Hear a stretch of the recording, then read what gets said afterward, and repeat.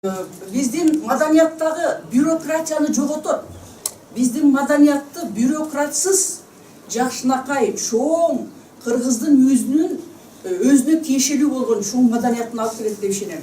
Мына көрдүңүздөрбү, биздин 150 жылдык Токтогулдун 150 жылдык эмесине даярдалган концертти көрдүңөрбү? Андан кийин мына Кырчында даярдалганын көрдүңөрбү?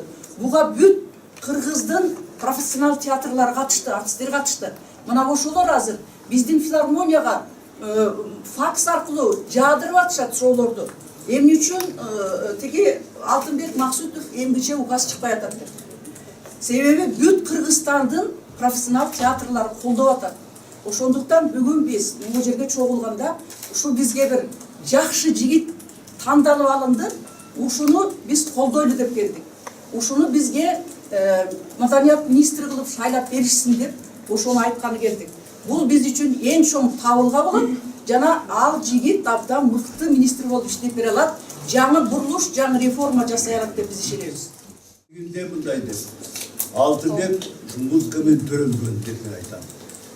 Ошол айылда жүрүп өскөн, айылдын да шартын талабын билет. Театрда да иштеди, музыка жагында да эме болду. Жогорку билимдүү, шепкинди бүтүрдү. Кудай көрүнсө бул бала жаман иштебейт. Биздин талапты орундатат, айткандын баарын жасайт болуу керек. Көп улуу бурулуш жылы болуп калат болуш керек. 29-жылдагыдай. Министр болуп калса, бул кыргыз искусствосуна чоң салым кошот деп. Анткени бардык тарап жагын билет, түшүнөт. Мына артисттердин жашоосун да билет, кандай жашап атат, кантип аз акча менен ушу иштеп атышкандардын баарын билип турат. Мен ойлойм, эгер министр болуп калса, бул маселени да ушу социалдык маселени да чечет.